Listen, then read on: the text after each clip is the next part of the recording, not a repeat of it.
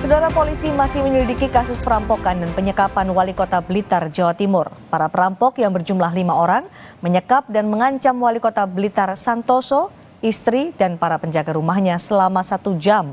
Uang 400 juta rupiah dan perhiasan raib dibawa pelaku. Rumah dinas Wali Kota Blitar dirampok.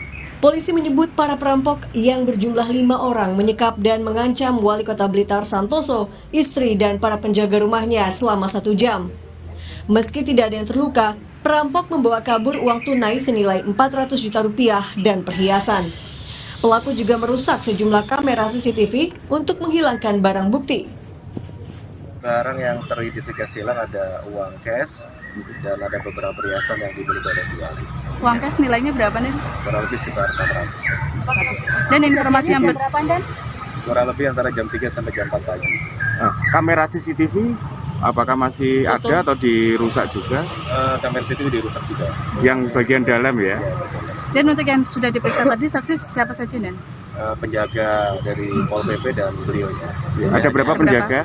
Ya? Berapa penjaga yang satpol Ada di 3 depan? orang. 3 orang. Pak Wali dan Ibu apakah disekap juga, Dan? Iya, disekap karena dalam kondisi diancam untuk meminta lokasi tempat penyimpanan barang berharga. Kira-kira Di dalam laporan kamar. gitu ya? Iya, ada baiknya. Pelaku berjumlah berapa dan? Dugaan. Ya kurang lebih sekitar 4 sampai dengan 5. Saat kejadian, seorang saksi mengaku mendengar teriakan dari pos penjagaan rumah dinas Wali Kota Blitar. Pelaku menyekap 3 penjaga pos dan memborgol korban. Singkat apa pakai borgol?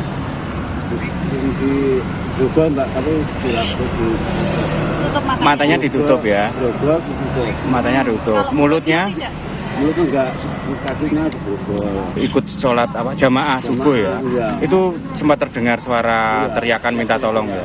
Awalnya dikira apa, Pak? Cengkerah. Jengkera, orang gila ngamuk. Berarti setelah sholat subuh selesai, langsung cek itu ya? Masih lama mbak. Polisi menyebut para pelaku diduga sudah merencanakan aksinya dan memetakan lokasi yang menjadi target.